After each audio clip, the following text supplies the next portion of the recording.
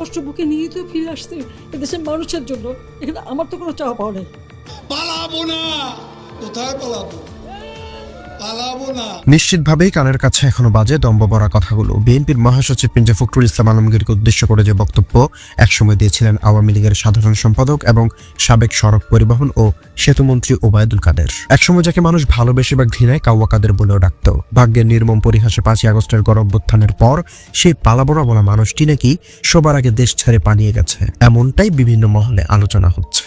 আজ শোনা যাচ্ছে তিনি নাকি ভারতের কলকাতায় কোনো এক গোপন ঠিকানায় আত্মগোপনে আছেন। একসময়ের দাপুটে দৌরাত্ম্যপূর্ণ এই নেতাকে ঘিরে এখন চলছে জীবন মৃত্যুর সন্ধিক্ষণের নানা গুঞ্জন। আজকের ভিডিওতে আমরা জানার চেষ্টা করব ওবায়দুল কাদেরের বর্তমান শারীরিক অবস্থা নিয়ে ছড়িয়ে পড়া গোপন খবরগুলো কি, তার রাজনৈতিক পতনের নৈপথ্যের কাহিনী বা কি, এবং সড়ক ও জনপদ বিভাগে হাজার হাজার কোটি টাকার দুর্নীতির অভিযোগগুলো কেন বারবার আলোচনায় আসে। সত্যি কি তিনি তার কর্মের ফল দুনিয়াতেই ভোগ করছেন? এই প্রশ্নের উত্তর খুঁজতে ভিডিওটি শেষ পর্যন্ত দেখার অনুরোধ জানাচ্ছি। 5ই আগস্ট শেখ হাসিনা পদত্যাগ করে দেশ ছাড়ার পর থেকে ওবায়দুল কাদেরের প্রকাশ্য উপস্থিতি আর দেখা যায়নি, এমনটাই বলা হচ্ছে। পরে বিভিন্ন সূত্রে দাবি ওঠে তিনি ভারতে চলে গেছেন, কিন্তু সেখানেও কি তিনি শান্তিতে আছেন? সংশ্লিষ্ট মহলের দাবি, একসময় যিনি অনর্গল বক্তব্য আর তীব্র রাজনৈতিক ভাষায় আলোচনার কেন্দ্রবিন্দুতে ছিলেন, এখন নাকি কথা বলার শক্তিও হারিয়েছেন। খবরে বলা হচ্ছে তার শারীরিক অবস্থা এতটাই সংকটাপন্ন হয়ে পড়েছিল যে কলকাতার একটি বেসরকারি হাসপাতালে তাকে ভেন্টিলেশন পর্যন্ত দিতে হয়। গত শুক্রবার হঠাৎ করে তার অবস্থার মারাত্মক অবনতি ঘটে এবং প্রায় সংজ্ঞাহীন অবস্থায় তাকে হাসপাতালে নেওয়া হয়, এমন দাবিও শোনা গেছে। তবে নিরাপত্তাজনিত আশঙ্কায় পরিবারের সিদ্ধান্তে তাকে সেখান থেকে সরিয়ে নেওয়া হয় বলে জানা যাচ্ছে। বলা হচ্ছে রাজারহাট নিউ টাউনের কাছে একটি গোপন ভাড়া বাড়িতে, সেখানেই নাকি এখন চলছে তার চিকিৎসা। লাইফ সাপোর্ট, অক্সিজেন সিলিন্ডার, এই সবকিছুর মাঝেই কাটাচ্ছে তার বর্তমান জীবন। যে মানুষটি একসময় হুঙ্কার দিয়ে রাজপথ কাঁপাতেন, আজ নাকি তিনি নিজের ছায়াকেও ভয় পাচ্ছেন। ভয়ের কারণে হাসপাতালে থাকতেও সাহস পাচ্ছেন না, এক বাসা থেকে আরেক বাসায় পালিয়ে বেড়াচ্ছেন বলে আলোচনা চলছে। সাধারণত কোনো রাজনৈতিক নেতা বা সাধারণ মানুষ অসুস্থ হলে দেশবাসী তার জন্য দোয়া করে। আমরা দেখেছি বেগম খালেদা জিয়ার অসুস্থতার কথা, তার অসুস্থতায় মানুষ কতটা ব্যথিত হয়েছে।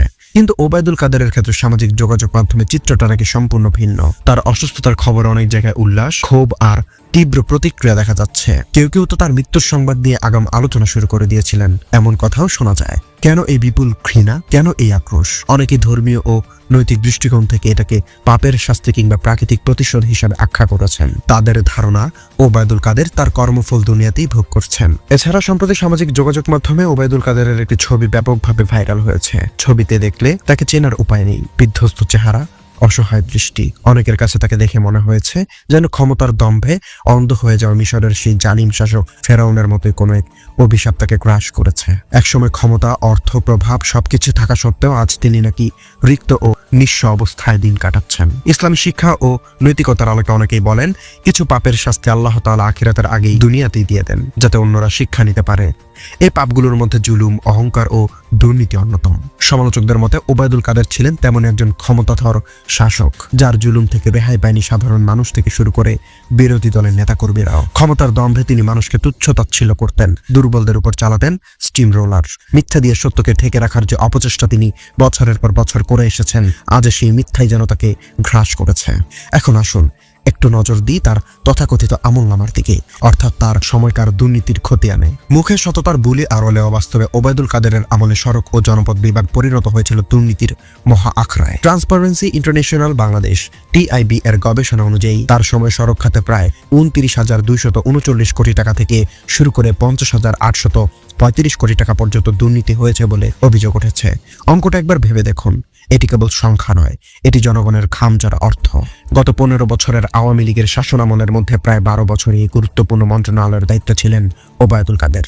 TIB-র মতে এ সময় ঠিকাদারি কাজ পেলেও বিল তুলতে নিয়মিত ঘুষ ও কমিশন বাণিজ্য চলেছে। পুরো প্রক্রিয়াটি নিয়ন্ত্রণ করতে একটি শক্তিশালী সিন্ডিকেট, যার গডফাদার ছিলেন এই স্বয়ং মন্ত্রী, এমন অভিযোগ উঠে এসেছে।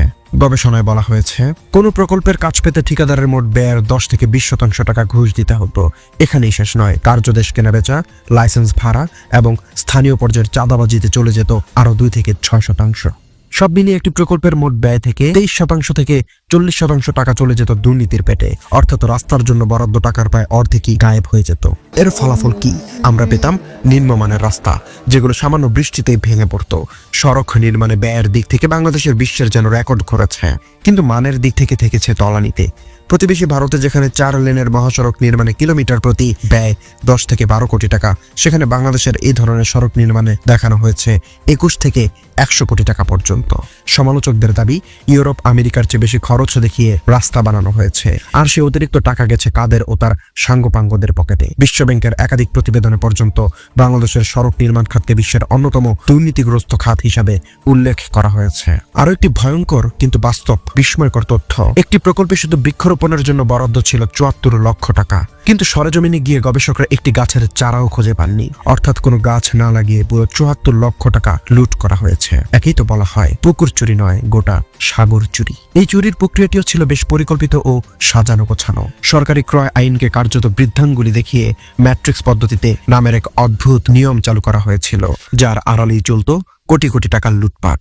এই নিয়মের আওতায় ওবায়দুল কাদেরের ঘনিষ্ঠ কিছু নির্দিষ্ট ঠিকাদারির প্রতিষ্ঠানই বারবার কাজ পেত, এমন অভিযোগ বহুবার উঠে এসেছে। তথ্য অনুযায়ী গত 15 বছরে শীর্ষ 10টি ঠিকাদারি প্রতিষ্ঠান একাই পেয়েছে 6509টি কার্যদেশ, যার মোট মূল্য প্রায় 17,450 কোটি টাকা। শুধু তাই নয়, অন্যান্য প্রতিষ্ঠানের সঙ্গে অংশীদারিত্বে তারা আরো 4032টি কাজ বাগিয়ে নিয়েছে, যার আর্থিক মূল্য 83,000 কোটি টাকারও বেশি বলে অভিযোগ রয়েছে। এসব ঠিকাদারি প্রতিষ্ঠানের নৈপথ্যে ছিলেন ওবায়দুল কাদের স্ত্রী, ভাই ও নিকটাত্মীয়রা।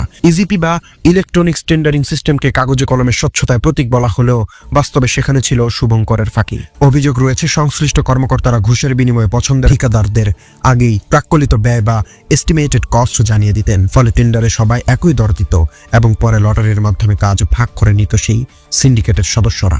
এরপর কাজ পাওয়ার পর সেই প্রকল্প আবার বিক্রি করে দেওয়া হতো ছোট ঠিকাদারদের কাছে। মাঝখান থেকে মূল ঠিকাদাররা তুলে নিত 15 থেকে 20% লাভ। ফলে যে ঠিকাদার বাস্তবে কাজটি করত তার হাতে ভালো মানের কাজ করার মতো পর্যাপ্ত টাকাই থাকতো না। এর ফল আমরা সবাই দেখেছি, নিম্নমানের রাস্তা যা সামান্য বৃষ্টিতেই ভেঙে পড়ে। ওবায়দুল কাদেরের এই দুর্নীতির সাম্রাজ্য ছিল কার্যত অপ্রতিরোধ্য।